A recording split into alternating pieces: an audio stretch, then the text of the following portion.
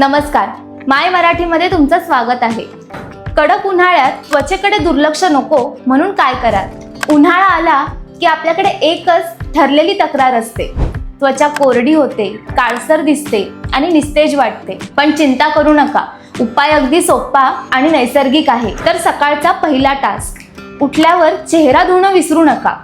पण लक्षात ठेवा, हलकासा सॉफ्ट फेस वॉश वापरा जो तुमच्या त्वचेला कोरडा करत नाही।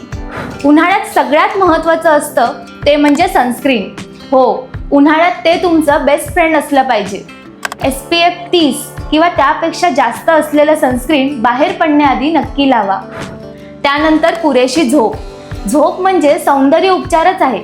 रोजचे 7 ते 8 तास झोप ही तुमच्या त्वचेसाठी एक नैसर्गिक क्रीम आहे। झोप झाली की चेहऱ्यावर ताजेपणा दिसतो। आता आहारात काय?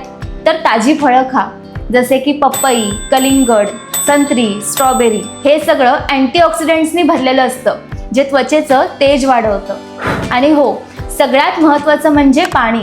भरपूर पाणी प्या, दररोज 8 ते 10 ग्लास तरी। त्याने त्वचेचं हायड्रेशन टिकून राहतं आणि नॅचरल ग्लोही मिळतो। अशा या छोट्या पण प्रभावी टिप्स फॉलो करा आणि उन्हाळ्यात तुमच्या त्वचेचा नैसर्गिक उजळपणा टिकवून ठेवा।